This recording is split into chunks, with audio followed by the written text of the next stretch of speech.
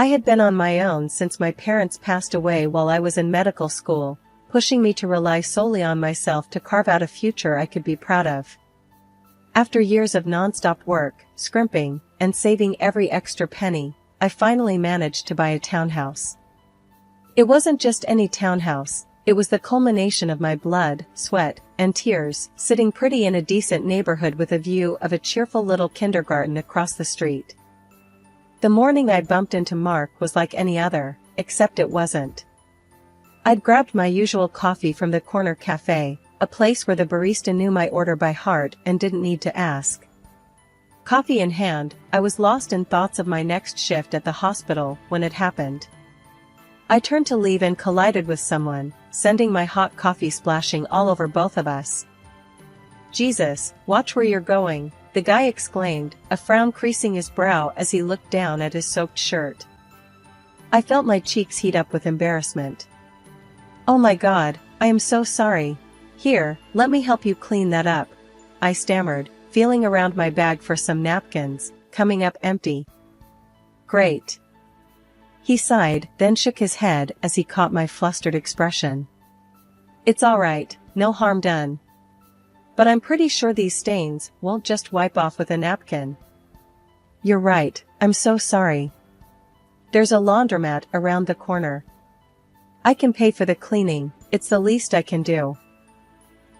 He raised an eyebrow, then a small, amused smirk played on his lips. "Lead the way then, coffee spiller." As we walked to the laundromat, the initial awkwardness gave way to a more relaxed conversation. He introduced himself as Mark, a realtor who had just moved into the area. "What about you? I haven't seen you around before," he said as we handed his shirt over to the laundromat attendant. "I'm Ella," I replied.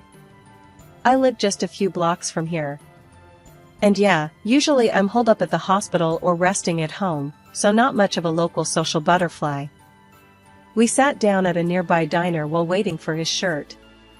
Over a couple of coffees, carefully kept at a safe distance from him this time, we chatted about mundane things like work and our neighborhood.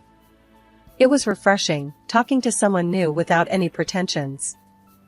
"Look, Ella," he said as we walked back to pick up his shirt, now stain-free, "I owe you one for helping me out. Let me take you out for dinner, my treat. No more coffee disasters, I promise." I hesitated for a split second. He seemed genuine, and after the morning's debacle, I felt like I could use a night out. "All right, Mark, it's a deal. But if this is some elaborate scheme to get free medical advice, you'll be disappointed." "Don't worry, I'll try to keep it strictly non-medical. How's Friday night?" "Friday works. It's a date then," I said, handing him his shirt. We exchanged numbers, and as I watched him go, I couldn't help but think maybe this strange encounter might just be a good thing. After that accidental coffee spill and the subsequent shirt rescue mission, Mark and I began to see more of each other. It started with that promised dinner, which turned out to be a delightful evening at a local Italian place he swore was the best in town. Mark was easy to talk to, and for a guy who sold houses for a living, he sure knew a lot about a lot of things. As the evening wound down, he looked at me, a playful challenge in his eyes. "So, life-changing enough for you?" I laughed, nodding. "All right, you win this round." The pasta was fantastic. From then on, it seemed like we were inseparable. He was always planning something interesting for us to do, whether it was a movie night, a visit to a local art exhibit, or just a simple walk in the park. Mark had a knack for making everyday things feel special. One evening, as we were walking along the river, watching the city lights reflect on the water, he stopped and looked at me with those earnest eyes of his. "Ella, I've got to tell you something." "What's up?" I asked, feeling a mix of anticipation and nerves. "I'm falling pretty hard for you," he said, his voice low. "And I don't want to scare you off, but I feel like this could be something real." I took a deep breath, the night air cool on my face. "I'm falling too, Mark. And no, you're not scaring me off." A few months into our whirlwind romance, during a cozy dinner at my place, Mark had insisted on cooking to prove he could rival the pasta from our first date. He surprised me with a question that stopped me dead in my tracks. He had just served us some ridiculously good lasagna when he turned to me, took my hands in his, and said, "Ella, I know it's been a quick ride for us, but when you know, you just know. Marry me?" I didn't need time to think about it, it felt right. "Yes, Mark. Yes, I'll marry you." That night, we talked about our future, about finding a place together, and starting a family. Everything felt like it was falling into place, and I couldn't remember the last time I had been this happy. However, the arrival of Mark's parents from Thailand just before our wedding brought a shift I hadn't anticipated. They had lived abroad for many years, but decided to return permanently when they heard about their son's imminent wedding. At first, they seemed lovely, full of warm smiles and enthusiastic embraces. "We're so thrilled to finally meet the woman who captured our Mark's heart," his mother had gushed, squeezing my hands with both of hers. His father, a robust man with a hearty laugh, clapped Mark on the shoulder, saying, "You've chosen well, son. We're excited to be part of this joyous occasion." Their friendliness was comforting, and I felt hopeful about our new family dynamics. But their initial friendliness soon gave way to an overwhelming sense of intrusion. Linda, Mark's mother, took to our home like she owned the place, and her husband, Jim, wasn't far behind in making his presence felt. It started with small things. Linda would rearrange my kitchen whenever she came over, which was almost every day. "Ella, you really should keep the spices near the stove. Saves time," she would say, moving things around without waiting for my response. I bit my tongue, trying to keep the peace. Then came the comments about how I managed the house. One afternoon, while I was trying to relax with a book, Linda plopped down next to me and sighed. "You know, dear, it wouldn't hurt to dust a bit more often. And maybe some fresh flowers would brighten up the place. It looks a bit drab." Jim had his own way of butting in. He'd follow Mark around, questioning his decisions about work and our finances. I overheard him one day in the garage, his voice stern. "You're letting her handle the money? You need to keep an eye on that, son. Make sure it's spent wisely." Their constant presence was suffocating, but the breaking point came when Linda decided we should host a party for her friends, without even asking us. "It'll be just a small gathering," she assured, waving her hand dismissively as if it was no big deal. When I tried to talk to Mark about it, hoping he would intervene, he just shrugged. "Mom likes to host. Let her have this one. It makes her happy, and it's not like it's a huge imposition, right?" I gave in.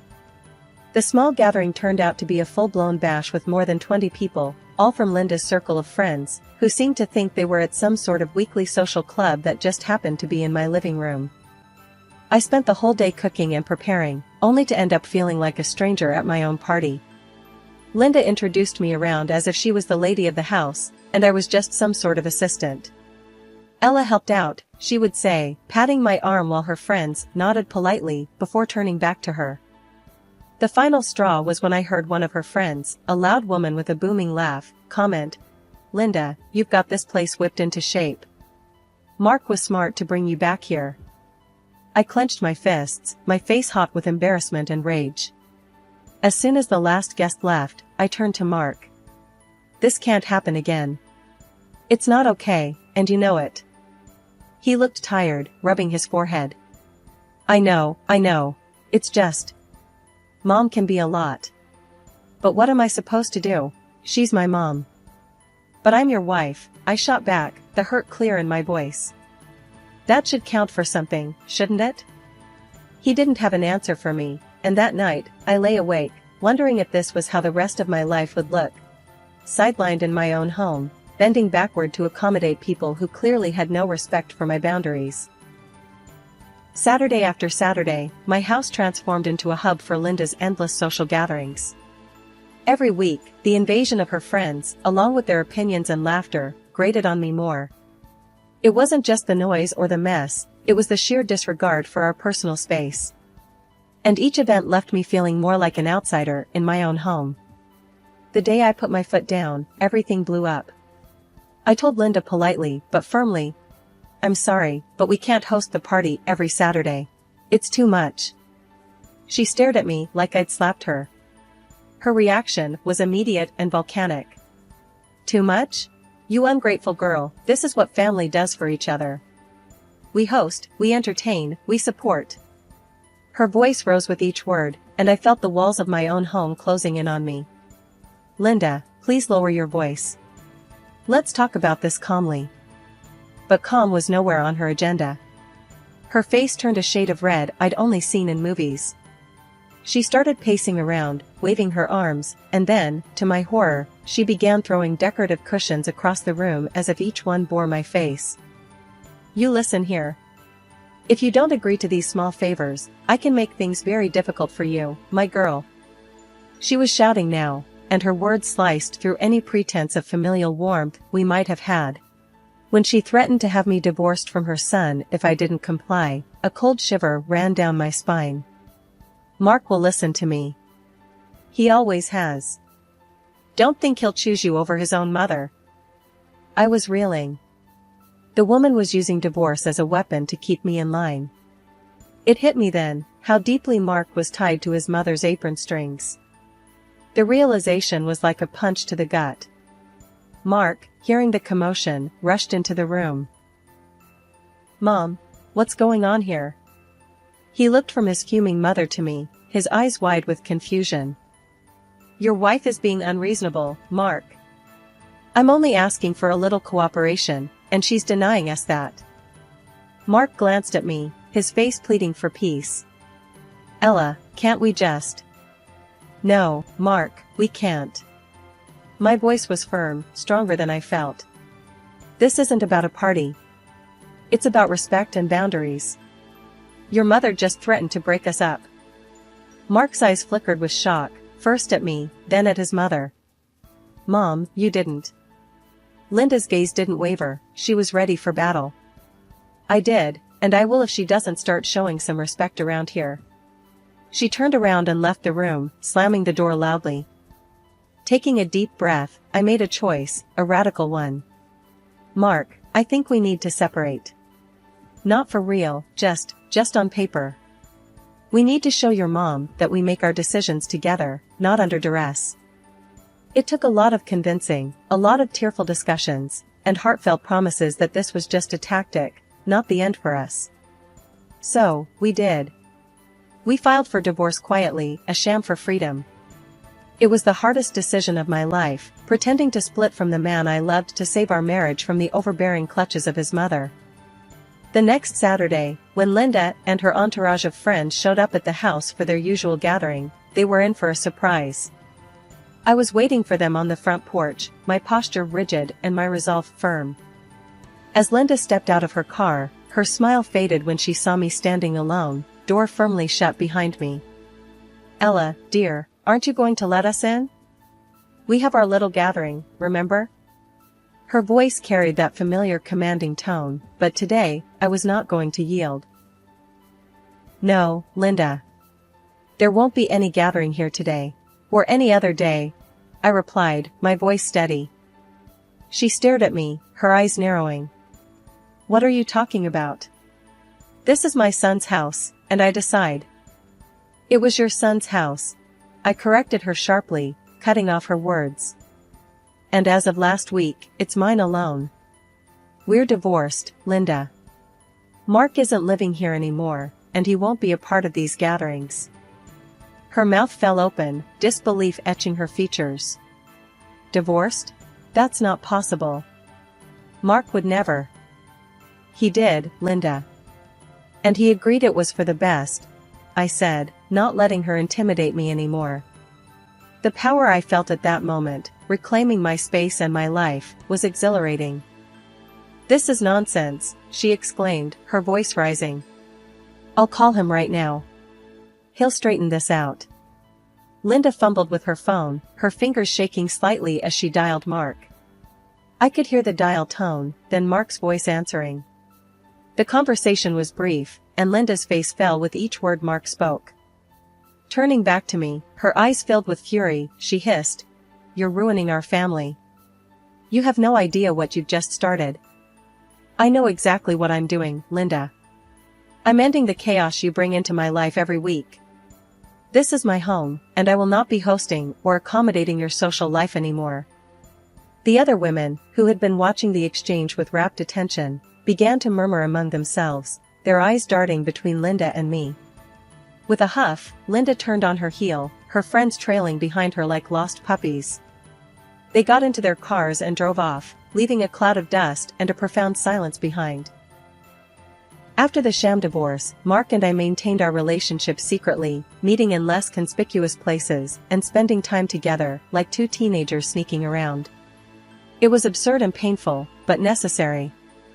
One chilly evening, Mark texted me, "Meet me at the Old Town Diner. The one with the busted neon sign.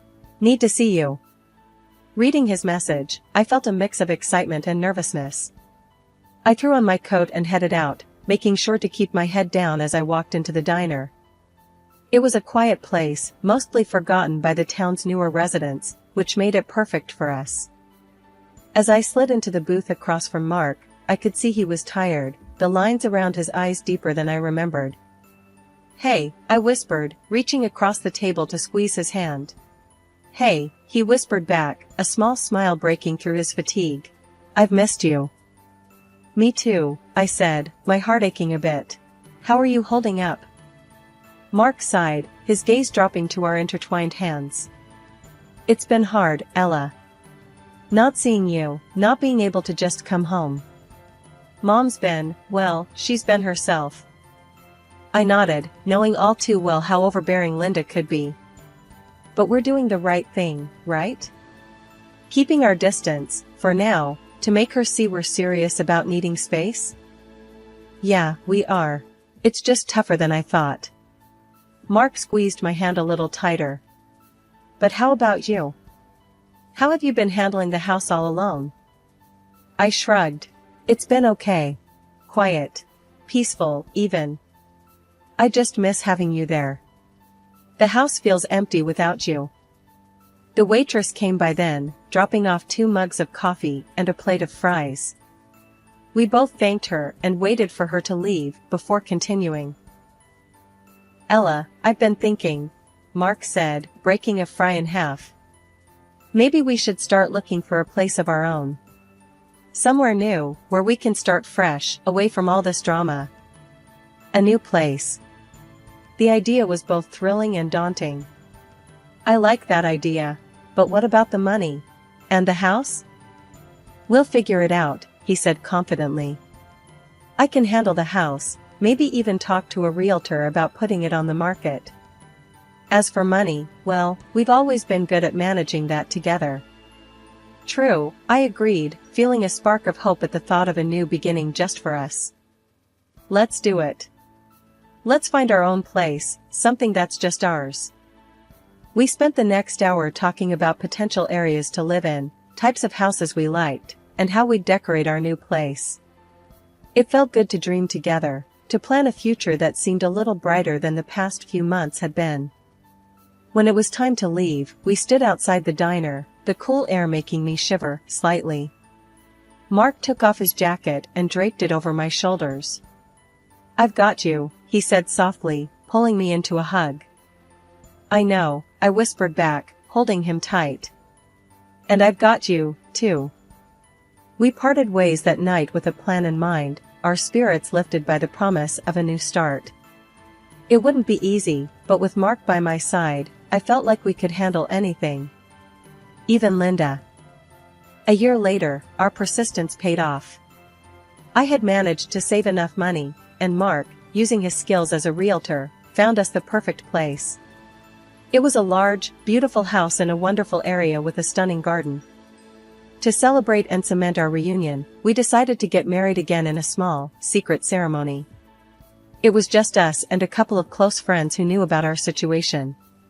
As we exchanged vows for the second time, the weight of the past year seemed to lift. There were still remnants of our old life at the townhouse that we needed to gather up. We decided one Saturday morning to make the trip back to our old place and pick up the last few items. As we pulled up to the townhouse, I noticed a familiar car parked outside. It was Linda and Jim. They were standing by the front door, apparently waiting for us. When we got out of the car, Linda's face lit up with an unsettling kind of eagerness. "We need to discuss the family get-togethers. Now that you're returning, we can start planning the next one right here." Mark's brow furrowed. "Mom, we're not here to stay. We're just picking up some things. We've moved out." Her smile faltered for a moment, but quickly recovered. "Moved out? Oh, but that means this place is free. I can use it for the parties then." It was like nothing had changed with her. I felt a flare of frustration, but kept my voice calm. "Linda, we sold the townhouse. It's not ours anymore. We're here to collect the last of our things." The news seemed to take a moment to sink in. Linda's face went from confusion to shock, and then to a frown. "Sold? But where will you live? Where will we have our gatherings?" Mark took a step forward, his tone firmer. "Mom, the townhouse is no longer our concern. And we're not disclosing where our new house is. I'm sorry for how things went before, but now, we're starting fresh. It's time for you and Dad to consider doing the same. Maybe travel again, like you used to." Linda's mouth opened and closed, her earlier enthusiasm dampened into a muted disbelief. Jim, who had been quietly observing the exchange, put a hand on her shoulder, but she shrugged it off, her gaze fixed on Mark. "You're choosing her over your own family?" Linda's voice cracked, a mix of anger and hurt. Mark nodded. "Yes, Mom, I am choosing my wife. It's not about picking sides, it's about respecting our life together." Before Linda could say another word, Mark kissed my hands, an affirmation of his commitment in front of his parents. Linda stood frozen, her face a mask of frustration and disbelief. Jim seemed to realize the argument was lost and gently urged her back towards their car. After settling into our new home, the peace and quiet I had longed for felt like it was finally within reach. Mark and I reveled in our newfound privacy, cherishing the freedom that came with it. However, Linda wasn't ready to let us go without a fight. Her obsession with controlling us reached new heights when she started calling our friends, desperately trying to find out where we lived. Thankfully, our friends understood the situation and kept our new address confidential, supporting our decision to keep our lives private. Linda's frustration grew with each unsuccessful attempt, and soon she resorted to more direct confrontations. The phone calls began to increase, each one more demanding and invasive than the last. Mark and I decided early on that engaging with her would only encourage her behavior, so we started to ignore the calls. This seemed to infuriate her even more, pushing her to take drastic measures. One evening, after a particularly grueling day at the hospital, I was walking to my car when I spotted Linda lurking near the staff parking lot. My heart sank as I realized she was waiting for me. As I approached, her face twisted into a mix of anger and determination. "Ella, you can't ignore me forever. Tell me where you live." Her voice was sharp, cutting through the quiet evening air. I kept my distance, my hand inching towards my phone. "Linda, this needs to stop. You're not welcome here, and you're certainly not welcome in our lives if you continue this behavior." She scoffed, stepping closer, her presence more threatening. "You think you can just shut me out? Mark is my son. I have rights." I could feel my patience wearing thin, and my concern for my own safety growing. "If you don't leave right now, I'm calling security. This is harassment, Linda." Her eyes narrowed, not believing I would take a stand. "You wouldn't dare." Without another word, I pulled out my phone and dialed security. Within minutes, a security officer arrived, and I quickly explained the situation. Linda was still ranting as the officer approached us. The security officer stepped in, firmly. "Ma'am, you need to leave the premises now. You are causing a disturbance." Linda's face flushed with anger, but the presence of security seemed to push her back into reality. She glanced between me and the officer, her resolve faltering. "This isn't the end," she muttered, but her voice lacked conviction as she turned and hurried away. After the incident, I warned her that if she approached me again, I would not hesitate to involve the police and press charges for harassment. It seemed my firm stance finally made an impact. Linda's attempts to contact us abruptly stopped. Weeks later, Mark and I were relieved to hear from a mutual friend that Linda and Jim had decided to move back to Thailand permanently. The news brought a profound sense of relief. It felt like the final cloud hanging over our new life had been lifted, allowing us to truly start afresh.